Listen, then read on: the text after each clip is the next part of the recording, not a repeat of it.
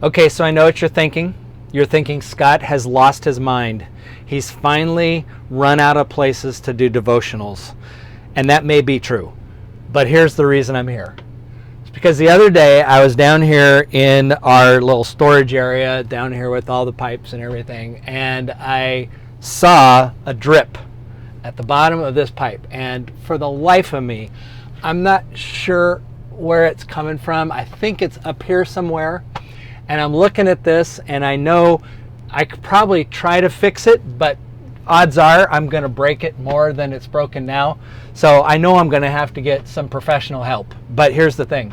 Not just this kind of professional help. Sometimes we need this kind of professional help. You know what I mean? And here's what I'm thinking.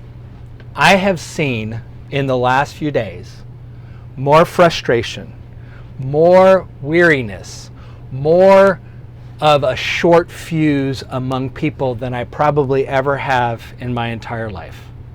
And some of it could be caused by this kind of thing, a leaky pipe, something like that. Yeah, I get it.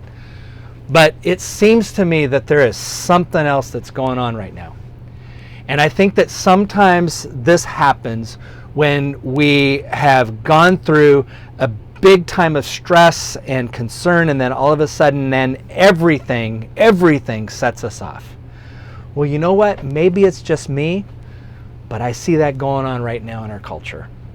It may not have hit our church as hard as other places where you're out there experiencing life, but I've even seen it in the church where people are really frustrated with each other and they're just concerned about things that maybe would not have caused them nearly the amount of concern a year or two ago, but now have reached that place where there is just major concern. The frustration level has gotten to a place where we're about ready to pop.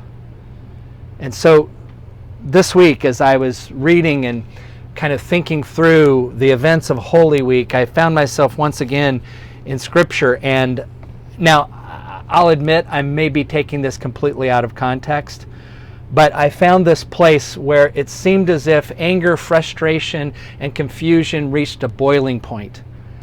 And it was right after Jesus had gone off and prayed by himself in the garden.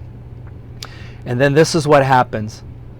While he was still speaking, this is Jesus, while Jesus is still speaking to his disciples who were not able to stay awake and pray with him, while Jesus was still speaking, this is Luke chapter 22, verse 47, the one called Judas, one of the 12, came with a crowd, and Judas was leading them.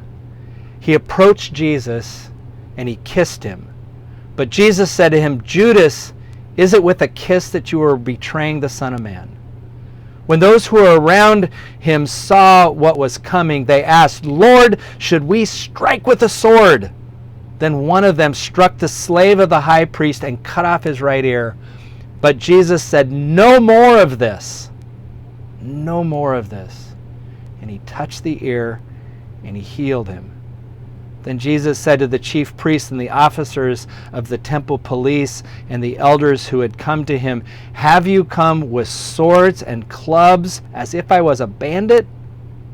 When I was with you day after day in the temple, you did not lay your hands on me, but this is your hour and the power of darkness."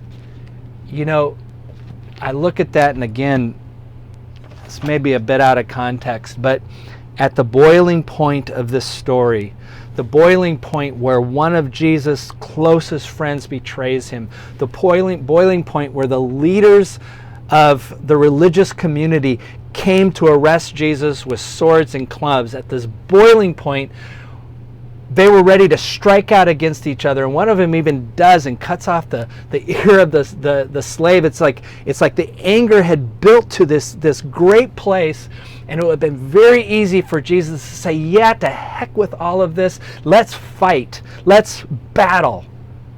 And you know what? Jesus may have been able to win that battle, because maybe Jesus would have been able to call down all the angels from heaven and the battle would have been waged right there in the garden. But Jesus says, "No, put away your sword. This is not what the message, this is not what it's all about. Quit fighting each other. Put away your sword. Stop, because the hour has come. And that hour was being controlled by the forces of darkness. But you know what? Deep down, Jesus knew that that hatred and that anger was not going to win. And he didn't want his disciples to be any part of that. Yeah, we can get angry and frustrated about certain things. But you know, when it comes from each other, when it comes to this idea that we as a community of faith are invited into the community around us to heal that community, more swords will not solve the problem. Fighting is not going to solve the problem. That day when Jesus said, "No, put down your sword," it was the ultimate act of trust and faith that God was going to heal this community, was going to heal this faith, was going to set everybody on a new course. We cannot forget and lose sight of that. No. Put away your sword. Can we please find a way to put away our swords?